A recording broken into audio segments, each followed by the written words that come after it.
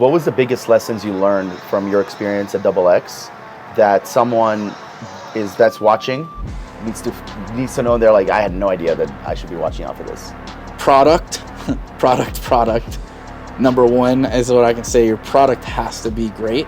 But one thing I severely underestimated whenever I split from the agency was the amount of brand that we actually had in the HVAC space and how much effort that it would take to rebuild another business. And all the little things like building your website and the hundreds of thousands of dollars in ad spend with people seeing your ads, all that is opportunity that you really don't see a return on investment on. But it is huge to have a consistent brand that looks professional on the web. So I would say product, team.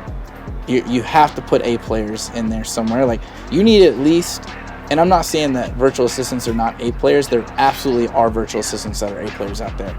But you need one A player in every department in your agency. There's an AI called Bolt.new. You can literally script it to create any app that you want. It's nuts, right? Some kid rebuilt Airbnb on there in 2 days, right? That's insane. And apps, all kinds of stuff. Yeah. And then you can have it create your landing page. Then you have Claude AI write your copy, and then you feed your voice into it of your YouTube videos or podcasts, and then it recreates how you talk, and then you give it your prompts, and it'll do 80%, and you just go copy chief, and you're just cutting out.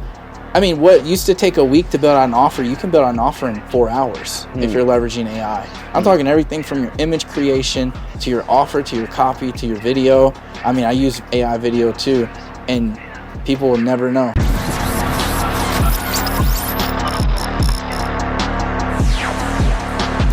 Welcome back to Make America Remote Again. I'm here with my good friend Brandon Spears. We're in Medellin, Colombia. And guys, this is actually my second podcast with Brandon. We did this a few years ago on Zoom. And I was in Israel. It was 2 a.m. And I remember reviewing that podcast, and I was like, dude, I was out of it. But now we're in Medellin, Colombia. Both of us have now basically officially live here. And I'm excited to dive into a lot of the stuff that Brandon does now, because he was, and I mean, you're still an agency owner of some sort. Yeah. But you exited that, and I would love to talk about that, and obviously the lifestyle here that you've created for yourself, and most importantly, just what you're looking forward in 2025 and all the other stuff that we're going to cover. So, Brandon, thank you so much for making it to the podcast. Of course, man. Thanks for having me. So let's do a quick recap of how you got to Medellin, Colombia, because it's kind of a journey. Because a kid from Kentucky being here is it's pretty rare. I feel like it's a journey for everyone that ends up here. Right. But no, man. I mean, there's some pioneers. You were one of the first people I know that came here. But what brought us here was the call center aspect of Latinos that were bilingual, that had grown up in the States and moved back to Colombia, because we serve the HVAC niche, which is a contracting niche, and no one serves the Spanish market. So me and Jose went to a few different countries. He loved Medellin the first time he came here, even being from Mexico. Moved here, we opened the call center, and as soon as the stars aligned out of Kentucky and me and my ex divorced, off I went. Yeah. So for context, the gentleman I interviewed a few podcasts ago, Jose Sanchez, if you guys have not checked out past podcasts, please go check that out. A lot of awesome value in there. But Brandon and Jose were partners for a few years. Yep. And then, so you guys grew and scaled the agency, the HVAC agency. I mean, when we did our first podcast, you guys were just growing it. And then it got to the point where your visions just didn't align with what you want and what he wants. And that happens, it happens in partnerships. But from your perspective, what was it for you that you wanted to do, maybe a little different and maybe a little bit more that just didn't align with the initial mission? So it's funny, but this is the absolute honest truth, is my year of what I would say finding myself or freedom was a year apart from Jose's year. Thank God, because we would have tanked the company had we both been aligned on that year together, right? So his year of alignment, he did a year before me, and then my year of alignment I did. And it just came to a point where it made more sense for that to be his focus, because I had some other things that were going, like info and coaching income that I could easily sustain on that Jose didn't have. And without me, the company didn't function at a level that it needed to. So it was better for our friendship and for the team and the company for me to sell my share to Jose so that he could focus on it and bring in another partner to help scale, which he did, and it worked out really good for him. It's a win-win, right? Because you got what you wanted and he got what he wanted, and because he wanted to continue, growing the agency. That was his vision. And you mentioned you have the product and info. So tell the audience, like, what is your coaching about specifically? Yeah, so we started helping agencies on the fulfillment process and the setup process more than anything, because everyone teaches sales, which is the first foundational piece of an agency. 100%. But what happens is you sell, refunds, chargebacks, unhappy clients, and it stresses them out to where they quit the agency space. Yep. Or they run an agency and they just make no profit. Right. And, being in the agency space 3 years, Jose will tell you, we made no money the first 2 years we were in business. We figured it out. We were selling. P&L was, rough. We were both making just over 6 figures a year, like take home. Which is not nothing, by the way. Which is not nothing, but an agency is a cash cow when ran correctly. Correct, 100%. So it took us a few years to learn that and to really figure out that the retention piece of the game was the most important part of the game, and understanding financials. So that's where we focus on. And me being a media buyer at heart, it's the easiest thing for me to teach. And for Jose, it was easy for him to teach sales. And it's so interesting because, the reason Brandon and I, how we got connected is through a 7-figure agency, Joel Kaplan's program. And one thing that Joel used to preach, and, I think because Joel was one of the first coaches, I don't want to put 100% on him, but it's sales, right? SACA, setting appointments, closing appointments.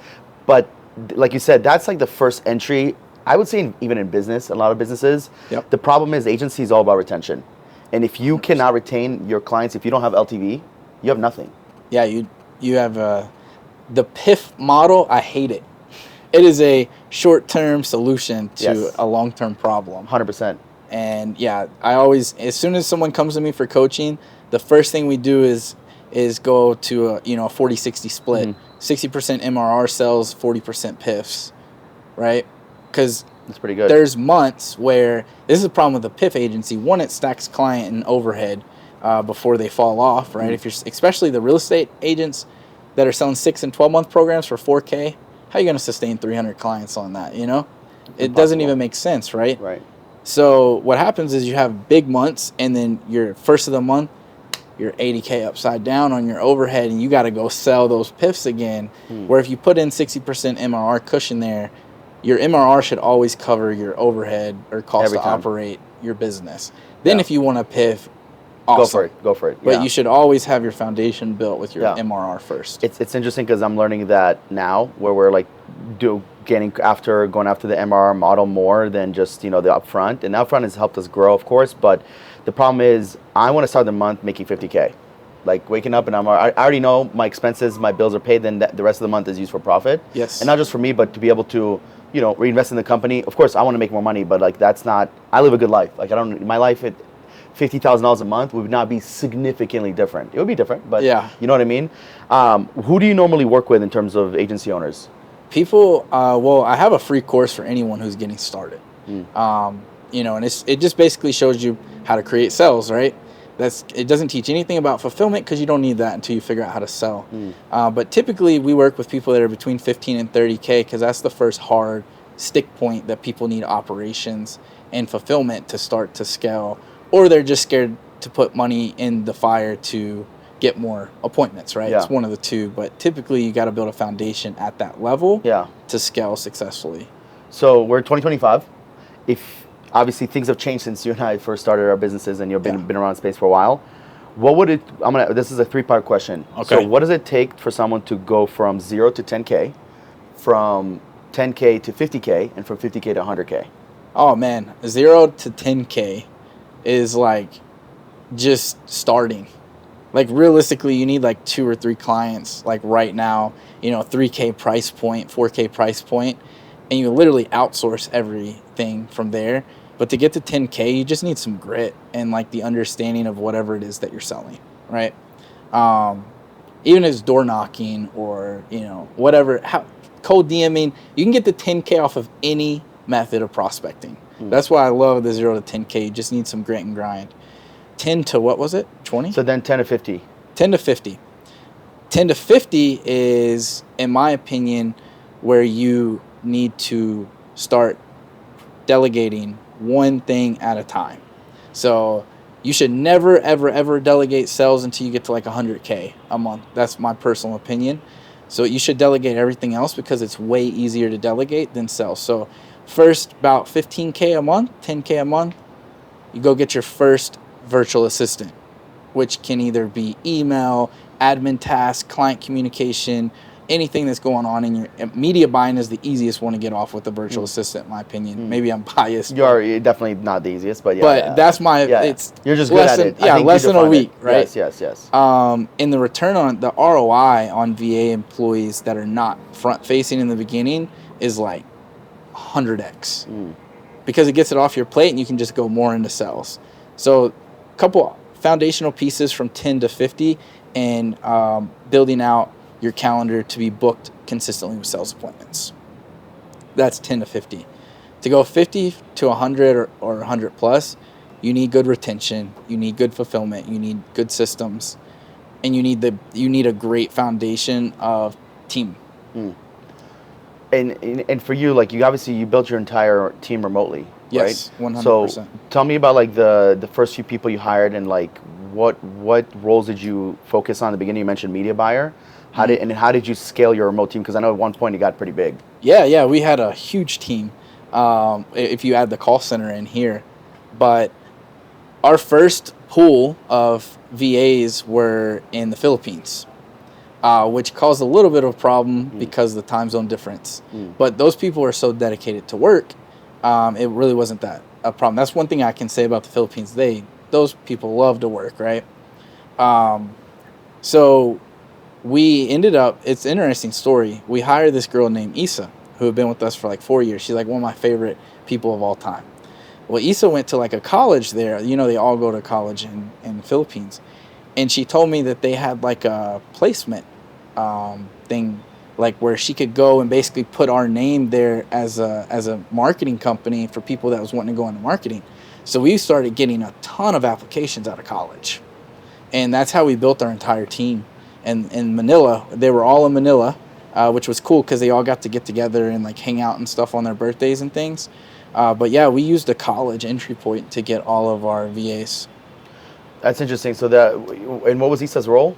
She was our project manager. Project manager. And she still works at Double X, or does she still work with you guys? No, she left when me and Jose split. What was to date the biggest year you guys had at Double X?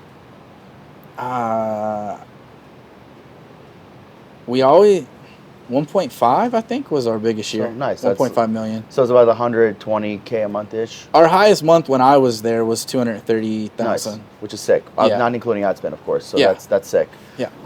What was the biggest lessons you learned from your experience at Double X that someone that's watching needs to know? They're like, I had no idea that I should be watching out for this. This is a tough one. Product. Number one is what I can say. Your product has to be great.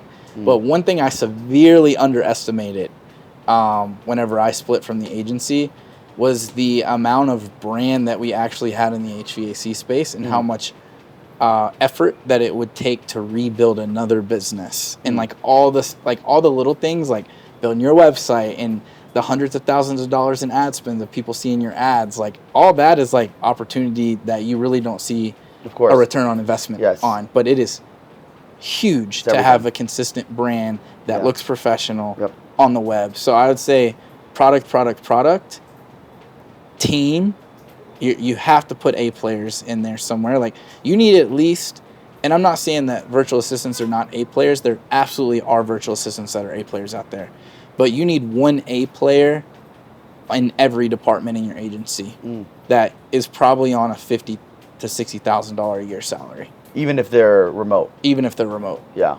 Interesting. I totally agree with you. There's no such thing as, in my opinion, VAs are people. Yes. Right. And there are many people in the world that are way smarter than Americans. Of course. So especially in business. You want a player virtual employee that would cost you $150K here in the States.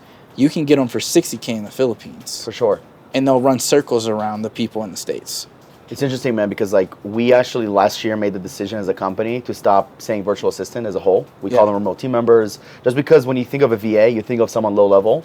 A lot of times, a lot of people, maybe you have a different perception, but a lot of people when they hear VA, they think of a $300-400 person versus someone that's like offshore, remote, A player, whatever the case is. That perception raises the standard of who you're hiring. Yeah, I think there's a bad perception in the marketplace of like, oh, I can just pay this person $3 an hour to do this super repetitive task. Yep. But AI's quickly taking over that now. Very fast, yeah. Which is going to hurt the remote market in the lower end, but it's Correct. not going to hurt it in the higher end. Correct. Which is why we started doing this from like the start. In my opinion, even when I first launched the company, and then switched it to Remote Latinos, where I always wanted to help A players. I always wanted to hire A players and also help them find careers because it is a win-win. It's a bigger win-win. It's more satisfying. And I knew even before ChatGPT, I was like, at some point, there's something that's going to come in and that's to replace this. Whether it's just going to be a system or a software. Obviously, then ChatGPT came out. And I'm like, oh my gosh, like look how many jobs slowly are going to evaporate. I mean, dude, we're sitting at, it's January 7th, 2025. Bro, January 7th, 2026 is going to be completely different. Like people are not realizing how AI fast. is crazy. Crazy. Bro, my roommate Icon, some people here know him. He showed me a video that he did. It's like a 2-minute video where it's completely AI. He uses a bunch of different pools and you would not know that it's not him. And this is just the beginning, bro. They haven't really figured out video. They haven't figured out voice. They just had a $6.6 billion funding round, the largest ever for OpenAI. It's going to be nuts in a year from now. So how do you think that's going to impact, you mentioned like the lower level, but how do you think that's going to impact the agency world? Oh, if you're not implementing AI into your business, I mean, you're in my opinion, this is how I've been using it. You can use it to do 80% of the lifting and then you 20% the rest of it. So like there's an AI called bolt.new. You can literally script it to create any app that you want. It's nuts, right? Some kid rebuilt Airbnb on there in like 2 days, right? That's insane. And apps, all kinds of stuff. Yeah. And then you can like have it create your landing page. Then you have Claude AI write your copy, and then you feed your voice into it of your YouTube videos or podcasts, and then it recreates how you talk, and then you give it your prompts, and it'll do 80%, and you just go copy chief, and you're just cutting out.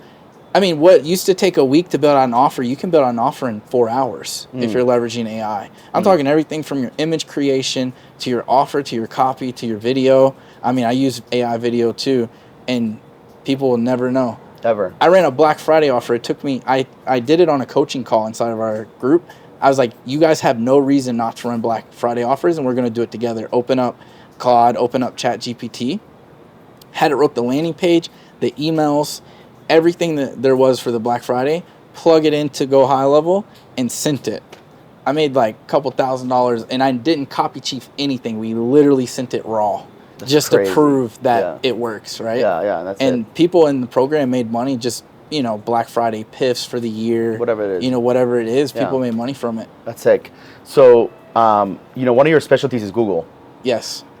I want to dive into this. How has Google changed over the last couple of years, in your opinion, in terms of agencies using it and in terms of the results that you're seeing from it? Well, I think the real problem is Facebook has become so inconsistent. And, that's the problem with Local Legion on Facebook is it's very inconsistent, right? Google has not changed much. They have offered AI solutions, but it doesn't outperform standard manual management of the campaigns. Google has been and will always be king because it is intent-based traffic. That's it. And the results, it is harder to crack.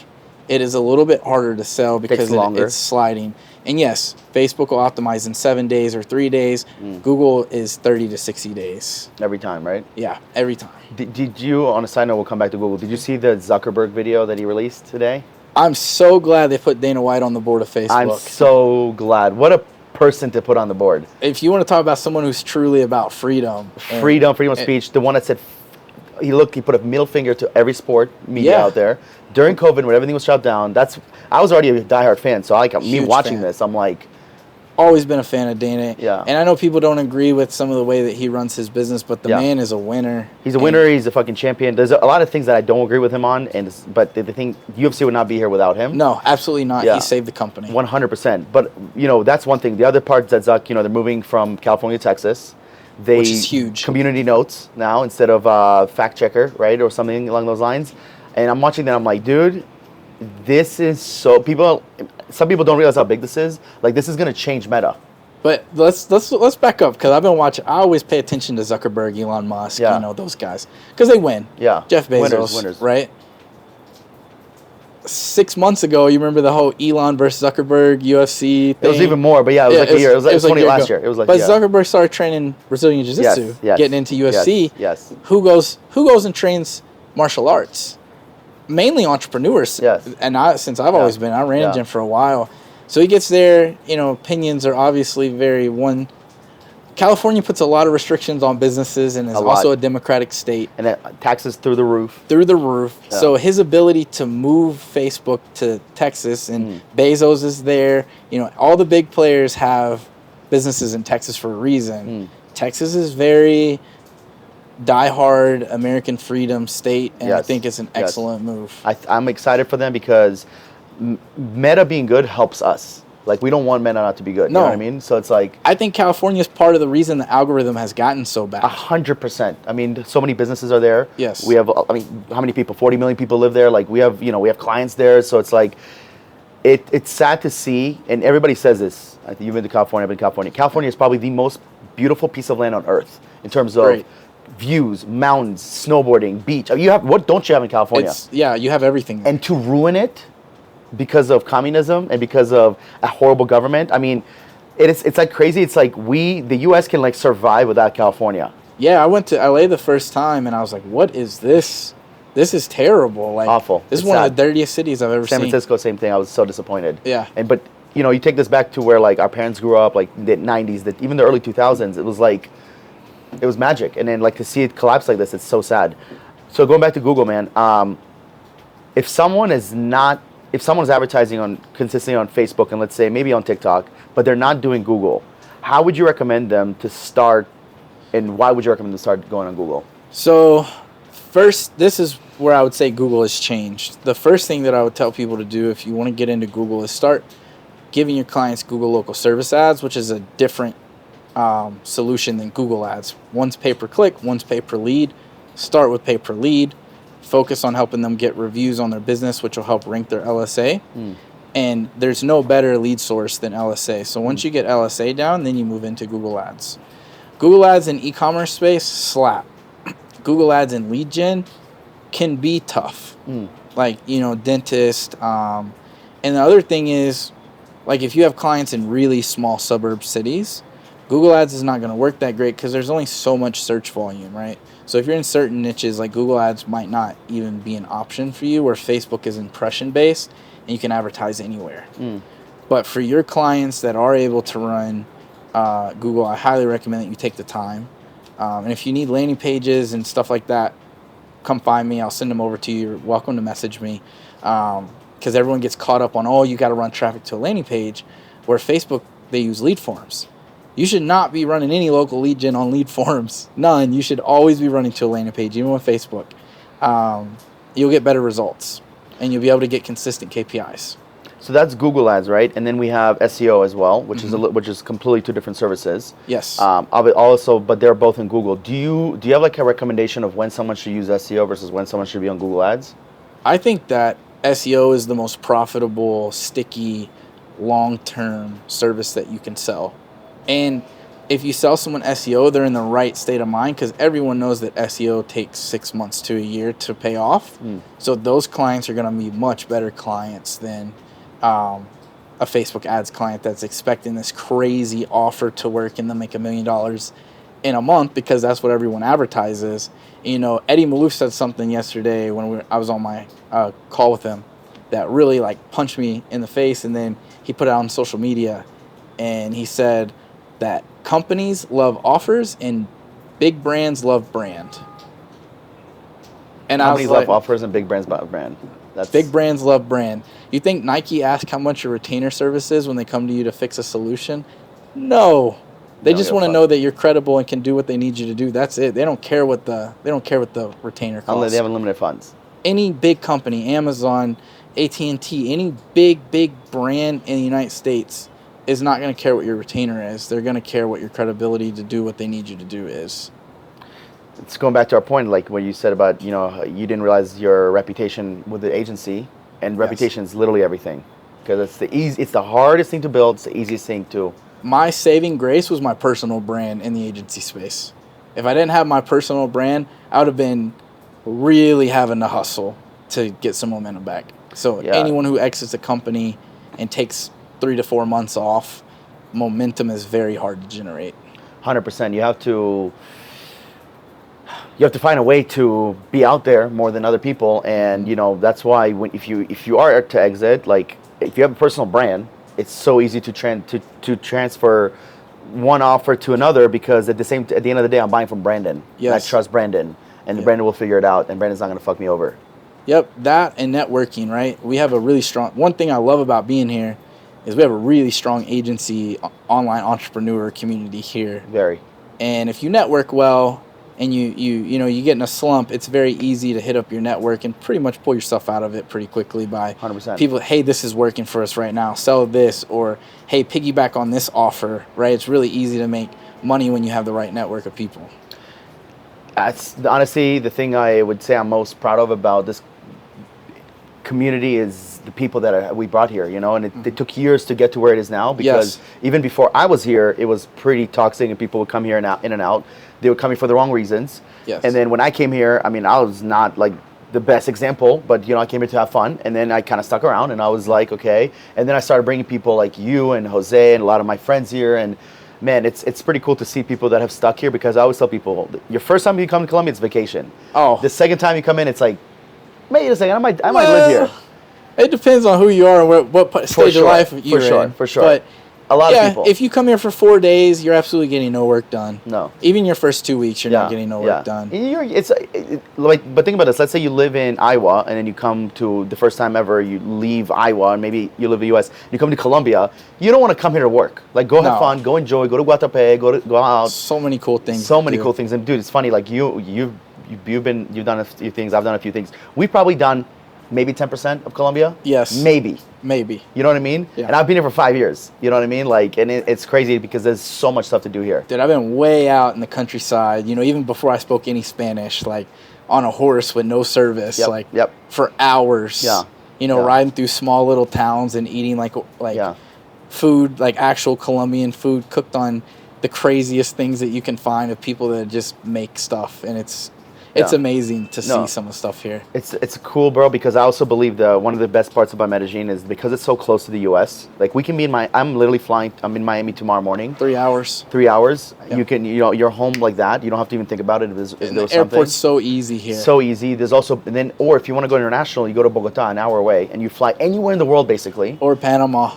Either one. Either one's 45-minute flight. Exactly. So it's such a we found such a golden place, and then obviously the lifestyle here, most beautiful women, it's super cheap, the weather. Yes. So I'm glad that people are now starting to see it. I mean, it wasn't like I'm a pioneer, but like I've interviewed 2 people here over the last month. One of them's been here since 2010, and the other one since 1996. Oh, when 96 is crazy, bro. That's crazy. I looked at him. I'm like, God bless your life. But he's an older, he's an older guy now. But like, it was, I'm sitting there, I'm like, dude, wow, because I feel like we are just discovering Colombia. If you would have bought a property here in 2010, your return on investment would be like 10,000%. Maybe more. If it's in Provenza. Even now, if you bought something over the next 5 years, tourism's supposed to boom here. They're putting a huge expansion on the airport for more direct flights from the United States. Because it's time, They just opened Medellin to Houston, which is great. But yeah, dude, I'm excited. One of the things that's way better. Yeah. Getting to Dallas is a pain from here. It's the worst. Yeah, it's like 3 flights sometimes. But one of the things that we're going to be doing, actually, which I haven't told a lot of people, I'm going to tell you, but we're going to have a mastermind in the next month or 2. We don't know the dates yet, maybe February, March, with a lot of the entrepreneurs here and a lot of people that, we want to bring in for the first time, or they've been here and they just haven't met people, because, man, at the end of the day, your net worth is your network, right? Yeah. And you've been a part of some incredibly powerful masterminds. How did that change your life? Masterminds are everything. And before we dive into masterminds, brotherhood and all that, There's really two, in my way, there's two ways to be successful here. And in my opinion, I had to take the second one because I have kids. Or I would totally be in an entrepreneur house with a group of guys, like thugging it out every day, grinding, right? Because you're just going to make more money that way, right? Deeper friendships. But come here and you move, you don't stay in Poblado or Tesoro. You don't rent the big penthouse. You go get you a $600-$700, $1,000 nice apartment in like Sabaneta or, I would Envigado. That's 15 minutes away from Provenza or Poblado. And for context, Provenza and Poblado is like where we're living in. Yeah. I'm like 3 minutes from you. Yeah, so we're saying something of the opposite of what we're doing, but it's more because what we know now, and it's our lifestyle is different. And I got this penthouse with my best friends. He's got kids, so it's a little bit different. Well, but if I was single, yes, in terms of like not having friends here, like where I'm getting a lot of people are coming here at 10 to 15K a month. They can't live in a sky castle. Even if they had 5 people doing 10K a month, still wouldn't be feasible, right? No. So go get you the $600-$700 apartment that has a great view, nice location. Your cost of day-to-day living here is almost minimal, especially as a single guy. You can literally live there for $1,200 to $1,400 a month with a chef or a nanny, and you can just save all your money and reinvest it back into your business for like a year or two, network. And then in a year or two, once you figured out how Colombia works and where you like and the friends groups that you're going to attach to, go get you the penthouse. Yeah. That's way number one. The second way to do it is you have a bunch of successful friends that are here and you all team up and get a really nice spot like the Sky Castle, and you just double down and scale your business with more networking and ideas. For context, we call our place the Sky Castle. Yes. We have like a 5-bedroom penthouse. But people have seen it, my videos, whatever the case is. But one thing, you're absolutely right, man. I will say, if it's your first time, check out Poblado, stay here. Yeah. If you're coming back and you're like, man, I want to settle here, what's life like here? Yeah. Then that's when you go to Envigado, Sabaneta. That's exactly what I did. You put head down. By the way, dating here is probably the easiest it is in the world. Easiest in the world. Yes, you get on Tinder, you get on Bumble. The girls here are super receptive. Obviously, you've got to be careful. Some people already know my story, getting drugged, all that stuff. But, with crazy fun can be a lot of crazy consequences. So you just got to come here with the right intentions. Because we were just talking about we have a friend, mutual friend, that if he was to come here at a time where he's like finding himself, it is the worst place to be. Worst place. Yeah, because you can absolutely lose yourself. Everything is super cheap. Because of if you have some money in your pocket, and you go through a finding yourself year, it can be a road. It could be a road. Here's the thing: I'm a fan of go have fun, but just be intentional about your fun. Understand when is the fun going to be ending, and also what are the consequences with fun. My example is 2022 to 2023. 2023 was a crazy year. Absolutely partied a lot, and had a lot of crazy excursions. And then what was the consequence? Business barely grew. It grew, barely grew. Last year, head down. Partied, still had fun, but completely like 90% of the year I was head down. We doubled. You know what I mean? And that's just doubled. By the way, I was just like, holy shit, we doubled. I tried. What if I try even harder again? Yeah. Like I can see us 4xing, 5xing. You know what I mean? 100%. It compounds. Yeah. But I want to dive into the topic of mastermind, like you asked me. Yeah. So I actually like to replace the word mastermind with brotherhood. I like that because your brotherhood as a man, and there are females out there that I would, entrepreneurs that fit into our mold, because as an entrepreneur, we find dating hard because we're psychotic in our work.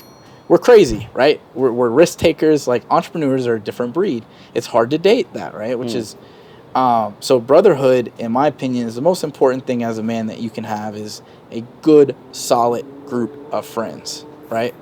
I mean, I got groups of friends that bought land together and built houses on there so they can live next to each other. That's right? the goal. That's the goal. You don't see, and I'm not taking anything away from the women, but you don't see women planning that type of that type of connection. Never. I cannot see you for 3 years, and when I see you, I'm like, yo, what's up? And we just kick it like we've been seeing each other every week. Yes. Women get very emotional in that sense. Correct. It's a different dynamic. It's a different dynamic. Yeah, a man to man's friendship and respect level is just something that people don't understand unless you are one, and you don't really even understand it as a man until you find that group of people. Yes. And that's huge. The person I interviewed yesterday, he had a really good word for that, is allies. Allies. Exactly. I love that. They're the people that you meet in masterminds are lifelong friends. Yes. 100%. Because you have like your hometown friends, people you grew up with, like for me they're like family. Yeah. And then you have your like allies, your people that I have your back, you have my back, Yes. and like how can we collaborate? And that's not like, I mean, you and I can hang out, but we can also have fun and go travel somewhere, whatever the case is. The coolest thing for me with entrepreneurs and masterminds is that we can do cool shit together.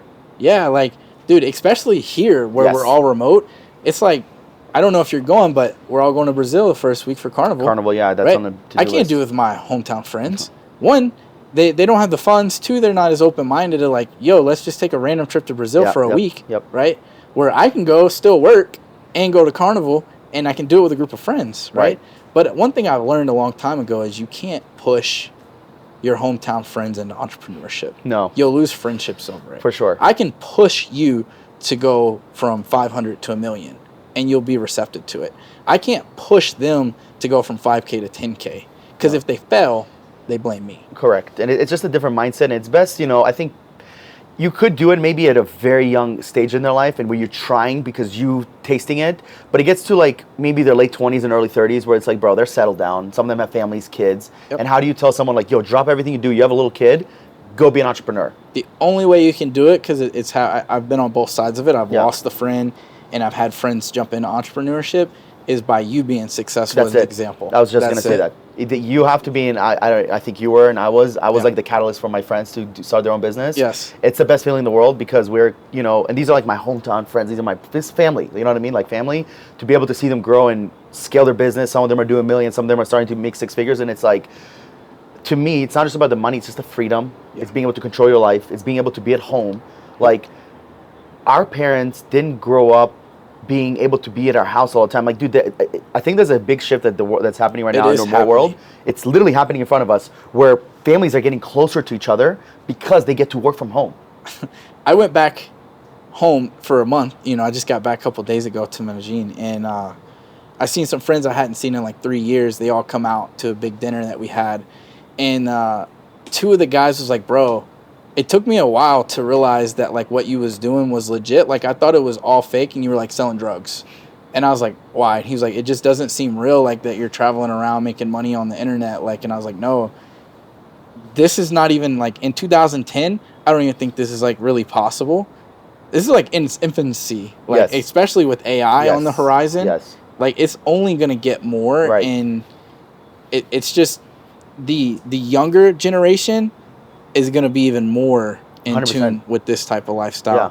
Like, think about how we received vacation ideas in the 90s and early 2000s. We would get a magazine in the mail, and we would look at it, and they would have 3-4 photos on a page, and you'd be like, oh, that's awesome. Let me call them, schedule. When you got there, you had no idea what you were going to find, right? You're just hoping it's in the magazine. Yeah. Now you got YouTube, drones. Everything. Reviews, Instagram, Facebook. Like, you can literally know what you're walking into before you get there. 100, and then ChatGPT to research it. ChatGPT, right? Yes. Before, I would say magazines one or referral, and your friend's like, dude, I went to Hawaii. You go do this. So like that's a little bit better. It makes you feel safer, but it's crazy that you're so right because, dude, I started in 2018. When did you start?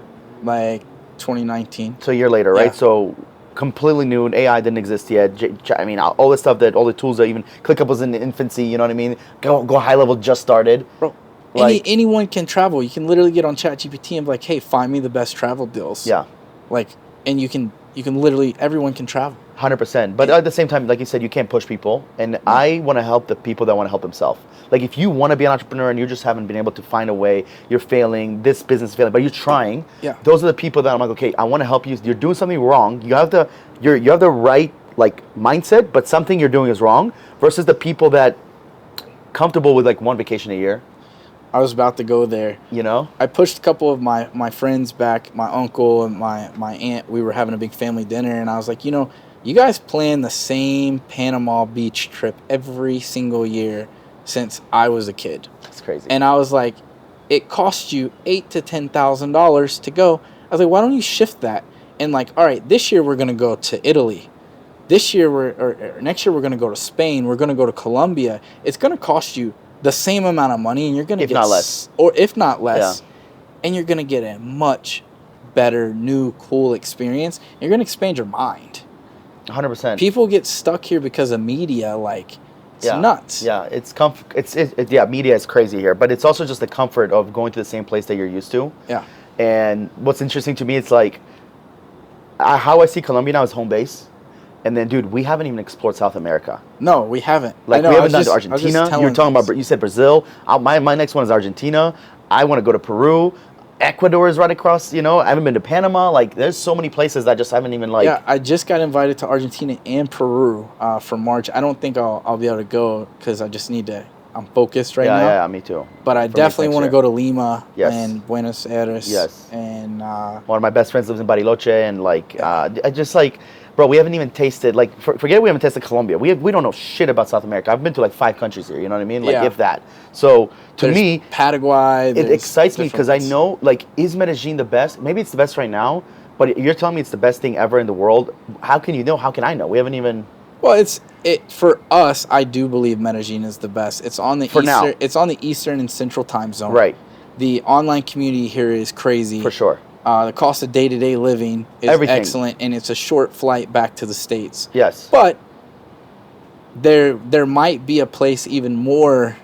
That's what I mean. But again, then you have to restart the build again. But see, here's the thing. It just depends on where you are in your life. Yeah. And what season are you in? Because if you're in building mode, sounds like both of us are in building mode. Yeah.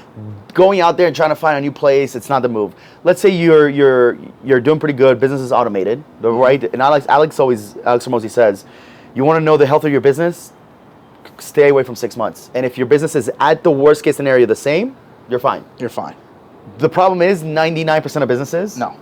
Doesn't work. They can't even take 2 weeks off. You know what I mean? And work. I feel that. Like, I think my business needs me. I don't know how long I can take. Maybe a month. You know what I mean? Like, if that.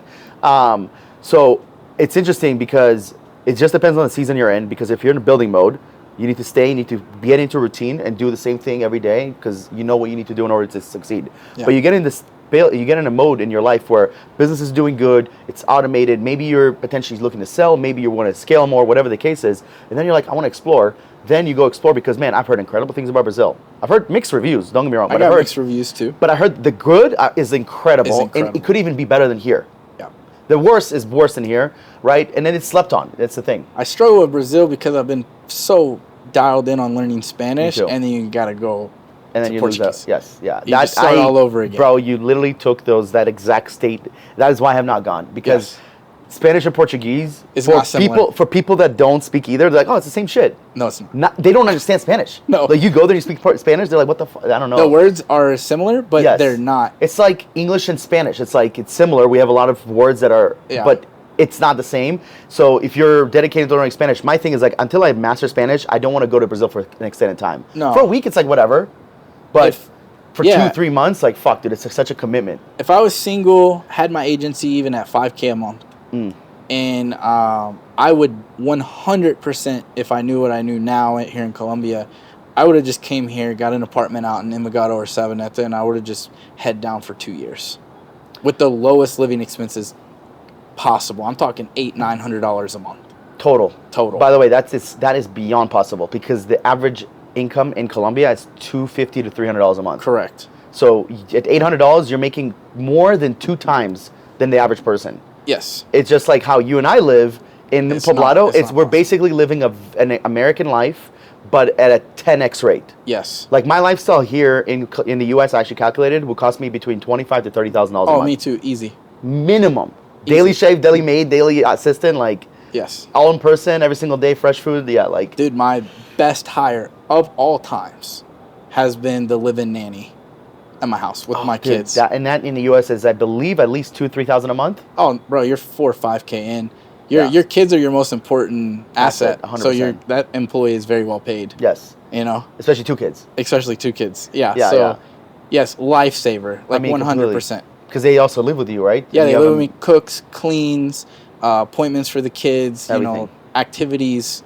It's such a benefit. It's like, it's funny because I'm such an advocate for Colombia, but like, a couple years ago, if I had a kid or got married, I think I would have moved back to the U.S. because I wasn't as sold. Yeah. Today, it doesn't make any fucking sense to me to live in the U.S., especially with kids. And now seeing you're like one of my first friends here that brought. You're the only person I know actually in my group that brought kids from the U.S. here. Yeah, brought kids from Usually the US. People have kids, but it's here. Yeah. They're like raised. It's like different. Yeah. You brought them from the U.S. here, and that's just like a whole different. Talk to me about that because that's a whole process, bro, because your kids are not 3 years old. They're they're young they're teens. 11 and 12. 11, 12. So they're becoming their own people. Yes. And I'm sure that conversation with your ex-wife is probably a whole different topic. Yeah, that's a crazy story. But what was your mindset of bringing them here? Because you didn't bring them initially. It took some time. Yeah. What was that process like? Well, you always... So I never take them anywhere with me the first time I go. I go to Brazil, not going to take them. Smart. I'm going to go and see what the situation is. Sure. Right? So that's exactly what I did here. And, it's not that there's not danger everywhere that you go. It's just figuring out where you need to be. Yes. But I can tell you, in Colombia, the danger for a child is probably 100 times less likely than someone in the States, than a child in the States. Interesting. They do not have the problems here that we have in the States with kids. As in, like, kidnapping, or like what specifically? Just like child molestation, the narrative being pushed on the kids in the public schools. wokeism and That stuff does not exist here. Thank God. And villages raise kids here. It ain't just one family. Like, the whole family raises these. Family, friends, cousins, uncles, they all just circle around children here. It's incredible. But on top of that, the school system was the number one reason I wanted to get my kids out of America. Interesting. The number two reason was I wanted them not to grow up racist or biased or entitled. That's probably the biggest thing. So many kids are entitled because when you live the lifestyle that we live, when you become successful, it's very, very easy for your kids to become entitled. Like, oh, I broke, or I got my shoes dirty, or I broke my laptop. Oh, Dad will just buy me a new one. Did not want that, right? So bring them here. I've taken my kids around to areas and be like, this is where people live. That kid has never held a phone. His mom's probably never had a smartphone, or if they even have a cell phone. Like, this is life. Life is not what I built. You have to build your thing too, right? Like, I don't want I wanted them to see the real world as it is, and I didn't want them to be racist or biased or entitled. I wanted them to be bilingual. Huge. It's a huge thing in the future, right? As people continue, it's also good for their brain, man. Like, it's good for the brain. People, migration to the United States is going to continue to happen. Right. No matter who's in charge. No matter who's in charge. Yeah. Spanish is the number 2 most popular language. In my opinion, it's number 1, but there's so many people in China that just outnumber But if you think about in a land mass, for sure, it's Spanish. For sure. In an amount of places. Yeah. So there's all these things that I wanted them to see. And like you said, it's just seeing different things. Perspectives, everything. And just shifting the way the mind works. It's very easy in the States to live in a nice neighborhood where every house is the same and everyone drives the same. They all got dogs and a white picket fence, and they just think that's how life is, and they watch the news and like, oh my gosh, this is terrible what's happening over here in Ukraine. Those poor people, and they never have an opinion outside of what the news. Right. But if they see it, if they travel the world with me, they'll be so much more versatile and think outside the box. Bro, I learned English when I was... Who is your daughter or your son, the 10-year-old? Son. So I would learn English when I was like 9, and then I got fluent around like 12, 13. So like, this is the best time to learn this language because they're... I didn't even know you spoke a different language. I speak Hebrew, Russian. That's right. And English and Spanish. Oh, jeez. Yeah. So I'm quadruple. My Russian is not...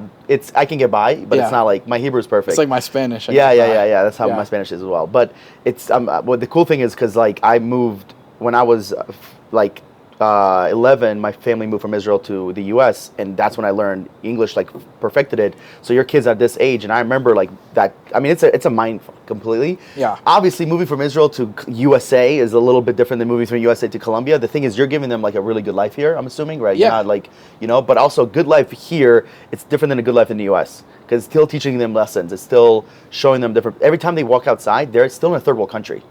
Yeah, and another big factor for me wasn't just the kids' benefit, but so many people wait until they're 45 and 55 for their kids to be grown to go do what they want.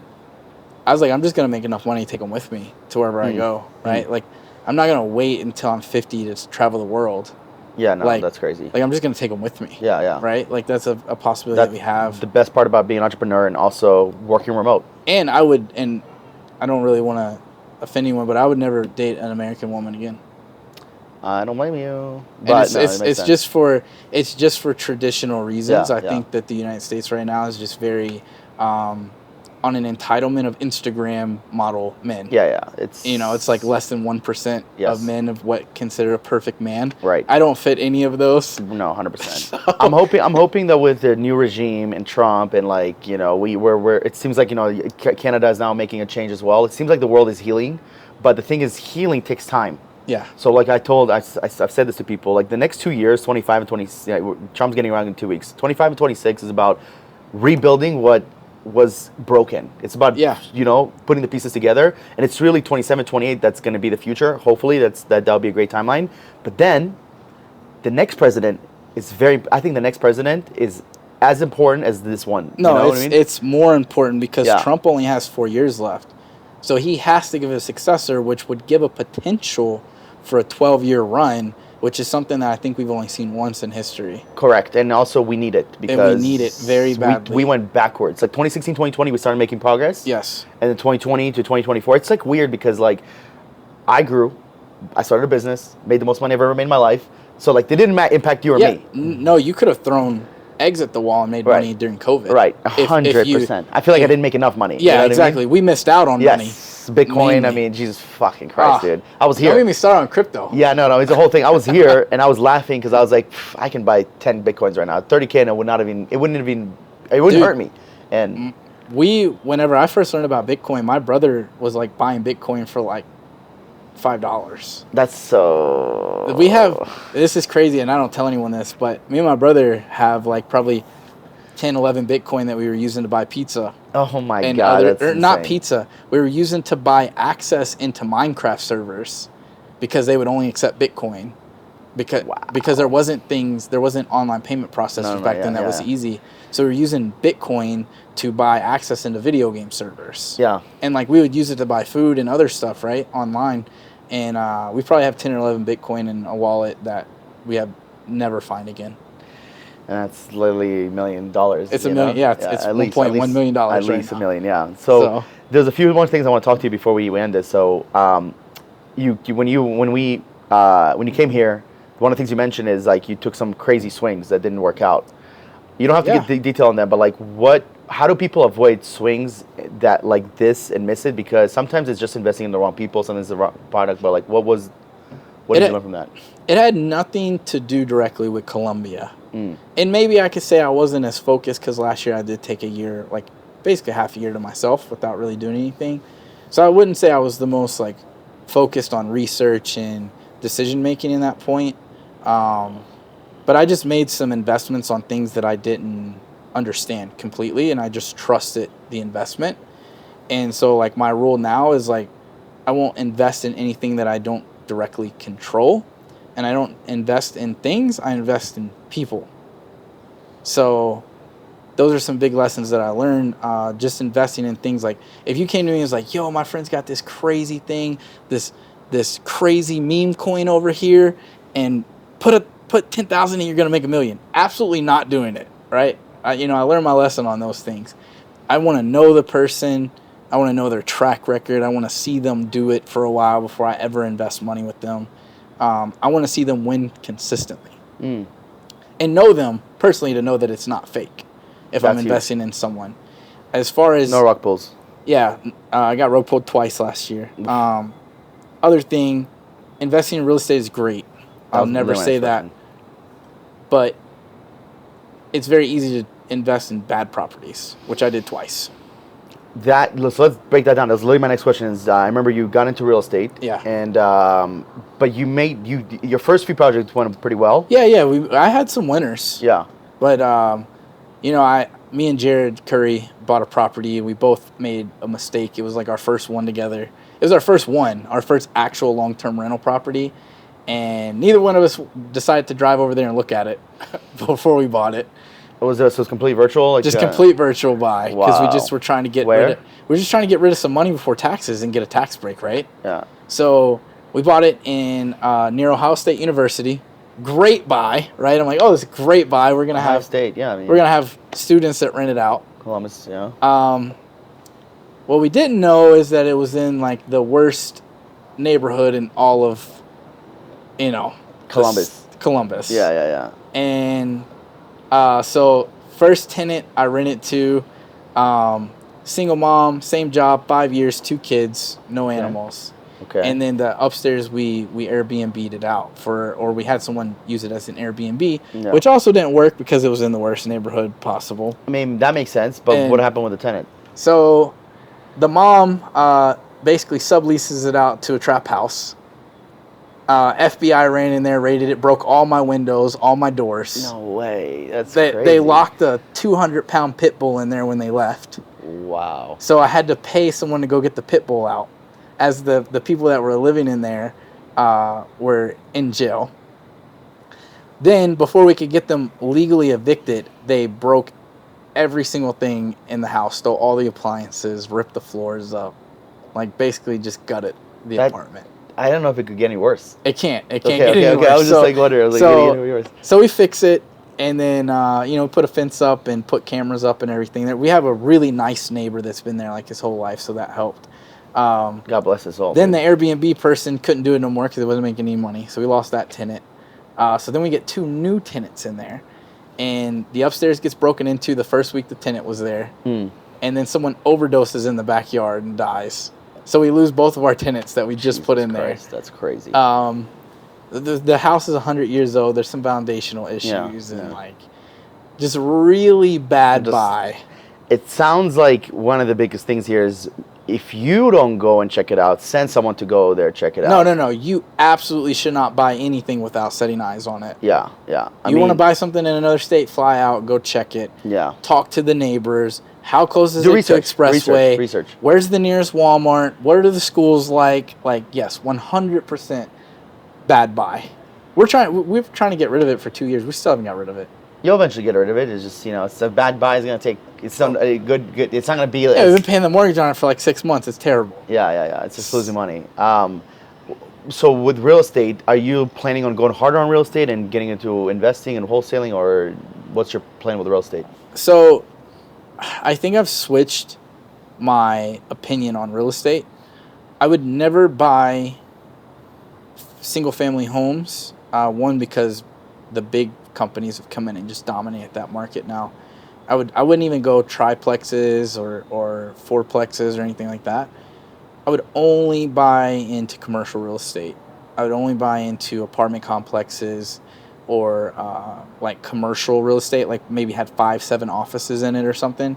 And here's why. If I buy 10 properties and I'm not good at managing those, or I'm not good at hiring someone to manage those for me, or repairs or whatever, I have a full-time job on repairs to those properties. You got 10 properties, you got a full-time job. You've given yourself another job. Unless you have a property manager. But again, most people who buy real estate, they don't know how to run a property management company, because that's what basically you become, is a property management company. You have a job of some sort. Yeah, you have a job, right? You're property manager, or you're the property manager. Or you're the property manager. Yeah. Or you buy a apartment complex, it's very easy to hire one person. Yeah.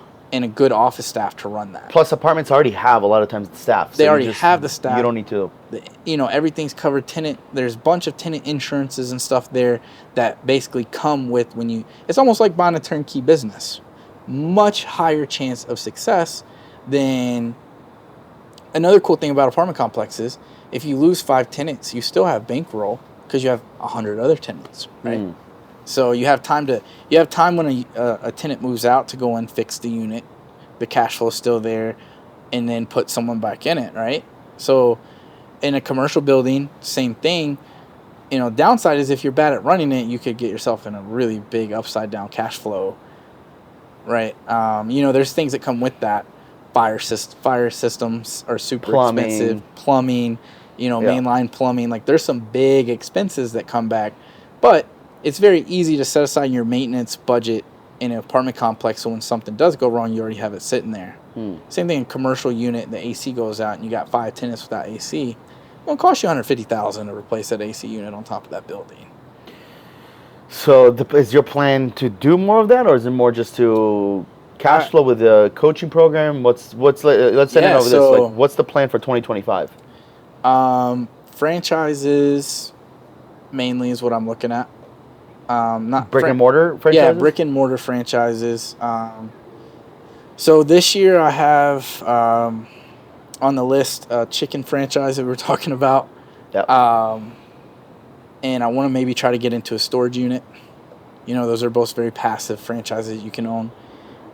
When I go back to the States in 2 years or whenever I go back, if I go back, I'm going to definitely go brick and mortar remodeling, plumbing, HVAC company. Does it worry you that with the remote world that a lot of brick and mortar businesses, maybe besides restaurants, are going to be more extinct?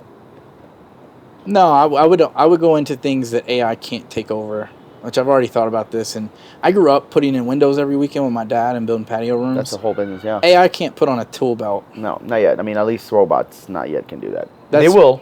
I don't even think that's in our lifetime to watch a skyscraper be built with just robots. It might happen, but we'll be very old. I mean, there's just so many OSHA things, and I agree. I think that what I think, and we'll come back to this at some point. But I think 20 years down the road, we'll have another podcast. I think that architecture, and I think the foundation people you need, but I think the actual people who build, I think you'll eventually be able to replace them with robots. I think you'll be able to get rid of a lot of things like measuring and cutting, and where you just have someone installing, but the majority of the work will be done in like a factory AI setting. We'll see. I mean, yeah. But I just there's so many ways, but yeah. I just don't ever see a plumbing company being replaced by AI, like robot workers. It's just a level of skill and intelligence, and it's not always black and white. It's not, and you might be right. I don't know enough about it to say, oh, robots are just going to take over. I tell you what I wouldn't buy. I wouldn't buy anything customer service based, sales based. I wouldn't buy any accounting firms unless it was an accounting firm for my own business. I wouldn't buy anything that relies solely on math because even science, I mean, it's coming to an end. Yeah. Like your customer service roles, your $10, $12, $15 an hour jobs, it's coming to an end. It's interesting, bro, because we can have a whole different podcast about this, but obviously both of us are capitalists. We probably lean towards the right a little bit more because of that. And I never thought communism makes sense in my lifetime, but the only time it makes sense is when we are literally irrelevant to the workforce, when we cannot provide any more value to the marketplace and we're completely replaced. Yeah. And it's crazy to think about because human to human, give me capitalism all day, baby. I'll outwork you, I'll outsmart you, whatever the case is. And that's how it works. But human robot, you know what I mean? It becomes a crazy. It depends on the skill, of course. Yeah, the race is going to be, or the game is going to be, what can I own that AI can't replace? Correct. Yes, that's where the wealth is going to be. Yes. Built. What can I not work? What can I own with AI? So that way I'm in control of the AI. Yes. You know what I mean? That AI needs me in order to operate. Yes. You know what I mean? You either need to be in control of the AI or you need to be in something that the AI can't do anything. Yes.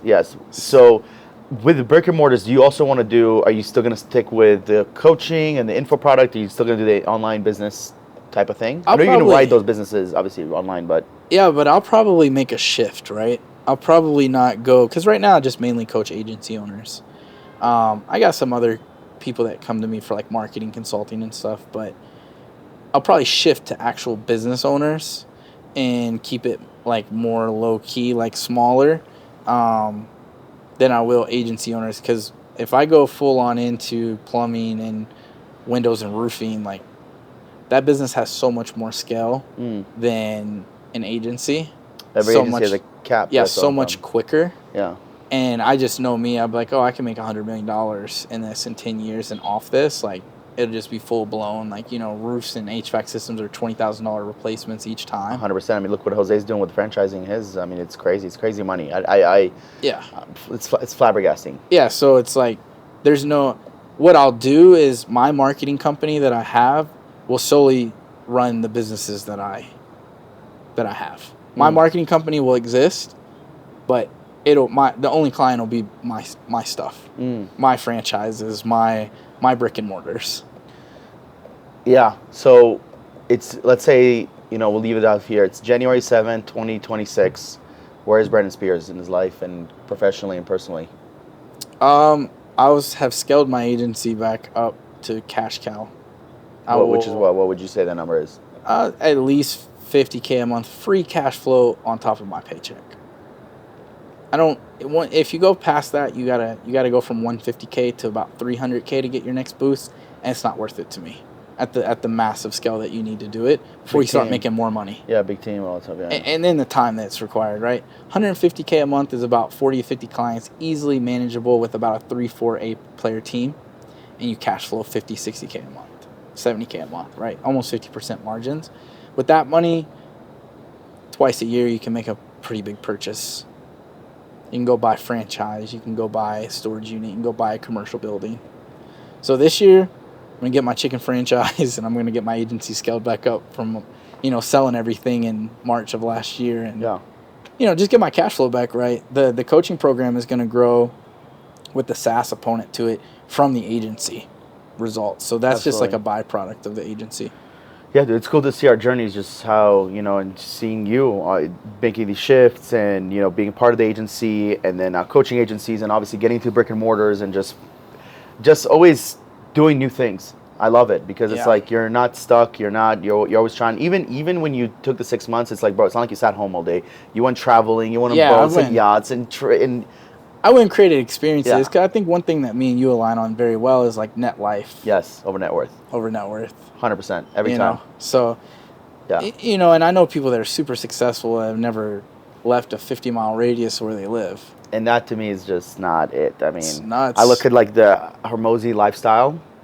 Love his business advice. Probably the best in the world, him and his wife. Yeah. But I would never trade places with them, you know what I mean? And I see other business owners that make literally a fraction of what they make, but in my eyes, they look like they have a better life. Can I scale an agency to 500K a month? Yeah, I could. I watch what Eddie does. Eddie runs, they got a huge agency. I don't know that I would want that. Like, not right now. Maybe when my this is my thought process. My kids are 11 and 12. At 15, dad's no longer cool, right? You're on your own person then. So my goal is for the next 3 to 4 years, spend as much time and experiences with them as possible. Traveling. I gotta get the cash flow back up to do some of the things that I want, without it, dipping into some of the stuff that I have. But if I can create a bunch of experiences and shift their mindset in the next couple of years with us living outside of the States, and then we go back, they go off to high school and do their thing, then I can turn and shift all my focus back into that grind if I choose. Right? Once the kids are grown, I can go back to that 18-hour-a-day, $100 million chase if I want to. If you want to. If I want to. Yeah. I might not. Yeah, I might never go back to that. Yeah. But it's more important for me now to play Mario Kart and Super Smash Bros. With my kid at night than it is building out another funnel or launching another offer. I think that's such an important key because I want to end this podcast with just saying net life over net worth, but build your net worth. Because your life will suck without net worth, right? You can't have net life without net worth. Correct. And you can't have net worth without a network. Yes. So I that's love how it. works. Another episode of Make America Remote Again. Like, comment, subscribe. Brandon Spears, appreciate you coming on. Thanks, bro. Boom. We'll see you guys on the next episode.